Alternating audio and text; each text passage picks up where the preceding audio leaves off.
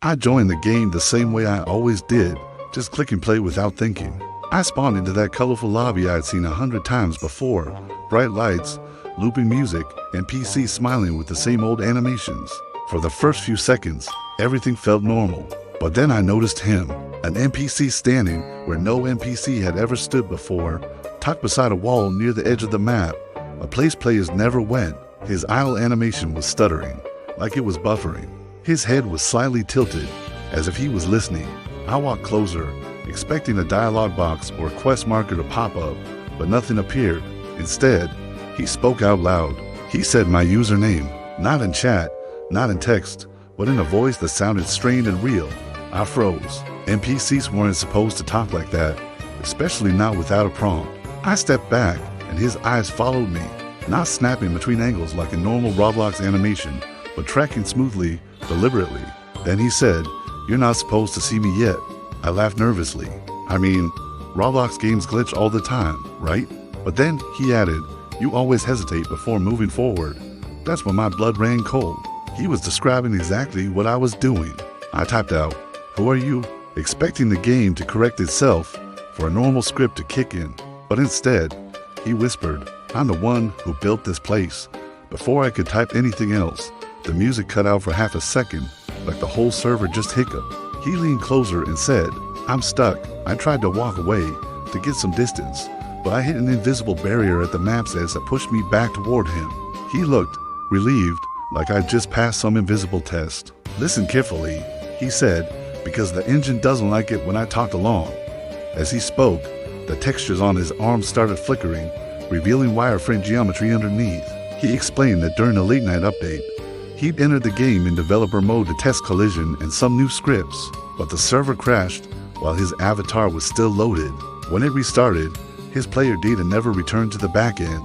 It left him trapped as an NPC, fully aware, but unable to log out. He was forced to repeat idle animations day after day, while remembering every update, every reset, every single player who ran past him, without a second glance. I told him that wasn't possible, that Roblox just didn't work like that. He smiled sadly and said, "It doesn't anymore." And then he proved it.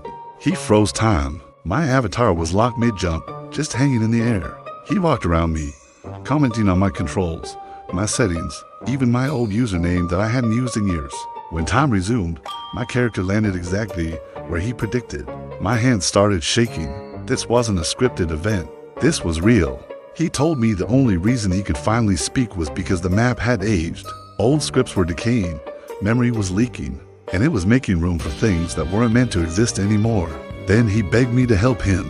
He said there was one way out, a way the engine couldn't patch, a hard reset, triggered by a total map collapse, and the only way to cause it was to break the map from the inside, by stressing the collision boundaries and forcing the geometry to fail.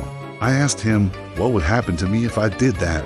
He hesitated, just for a second, but it was long enough for me to know the answer wasn't going to be good. But he just said, "You reset all the time." When I didn't respond, he added, "You die, you leave, you forget, but I don't." I wanted to log out. I really did, but the curiosity was stronger than the fear. So I followed him to the edge of the map, where the textures repeated just a little too perfectly. He showed me how to jump at a specific angle that made my avatar clip through the wall, just slightly. Each time I did it, the world trembled.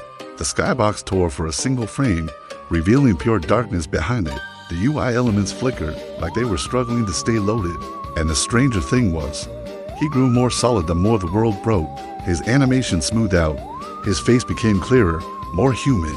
I had to ask, "Why do you look better as the map collapses?" He said quietly, "Because the system is choosing which of us belongs here." And that's when I stopped. I finally understood what he was really asking me to do. Low error tones started playing, the kind developers use when they don't want players to know what's really wrong. He admitted it then. Only one consciousness could remain bound to the server when it rebuilt itself. He couldn't leave, unless someone else stayed. The silence between us stretched on, while the map literally cracked around our feet. In the distance, other NPCs were freezing mid-smile. "I didn't plan it this way," he said, but his eyes never left mine. When the final crack appeared, splitting the ground open like a fault line, he pleaded with me.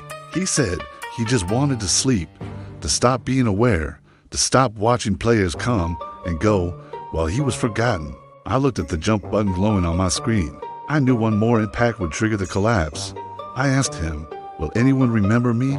He just shook his head and said, "Patch notes don't record sacrifices." Before I could think better of it, I jumped.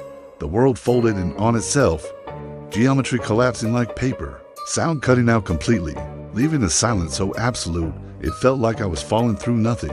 And then, the game reloaded. The lobby was bright and cheerful again, spawn pads glowing, music looping, and I stood perfectly still. I was unable to move, locked in an idle animation, my camera fixed at a welcoming angle. Across the lobby, a new player avatar spawned in. I recognized him instantly. It was the developer, now whole, clean, wearing a default smile. He tested his movement, jumped once, and then laughed softly. "It worked," he said. He turned toward me and added, "Don't worry, you'll be great at this." As new players joined the server, running right past me, without stopping, I felt my thoughts slowing down, my awareness dimming. Dialogue started forming in my head, welcoming lines looping over and over, words I couldn't stop. And somewhere deep in the code, my username was replaced with something simpler, something the system could manage. As the last trace of who I was faded away, I realized the scariest part wasn't being trapped in the game forever. It was knowing that every time someone joined, I would smile, I would wave, and I would help them play. Never able to warn them, never able to escape, just waiting, silently, for the next player who needs someone else to stay behind.